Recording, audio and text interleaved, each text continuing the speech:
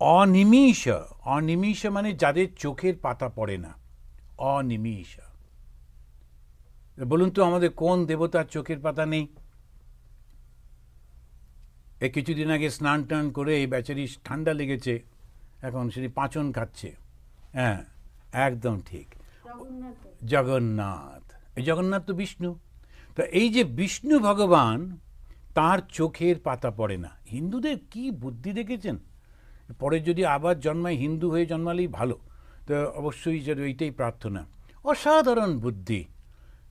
অনিমেষ, ভগবান কখনো চোখ বন্ধ করেন না, কেননা তিনি সাক্ষী, সব সময় দেখছেন, চোখটা তাকিয়েই আছেন। ওই জন্যে ওই থেকেই ওই কাঠের মূর্তি বানিয়েছে। কাঠের মূর্তিতে বড় বড় চোখ, চোখের পাতা নেই। অন্যরা দেখলে ভয় পাবে, বাবা ভগবান হিন্দুদের কীরকম দেবতা, দেখলে ভয় পাবে। কিন্তু অসাধারণ একটা সত্য, সেটাকে কি সুন্দর করে ব্যাখ্যা করেছেন। চোখের পাতা নেই, কেননা তিনি অনিমেষা, কখনো চোখ বন্ধ করেন না, সব সময় তিনি দেখছেন। আর দ্বিতীয় হচ্ছে হাত নেই, কেননা কাজের দরকার হয় না, ইচ্ছামাত্র কর্ম হয়। তৃতীয়, তার পা নেই, কোথাও তাকে যেতে হয় না, কেননা তিনি সর্বব্যাপী।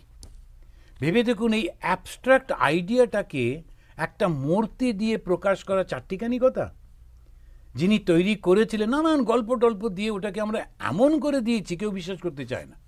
আধুনিক যুগের মানুষ একদম বিশ্বাস করতে চায় না। কিন্তু এটা হচ্ছে একটা অ্যাবস্ট্রাক্ট অসাধারণ একটা আইডিয়া, ফিলোসফিক্যাল আইডিয়া, যেটাকে ওই মূর্তির মধ্যে দিয়ে, জগন্নাথ হচ্ছে শ্রেষ্ঠ। তো তিনি অনিমেষ, সর্বত্র তিনি তাকিয়ে আছেন।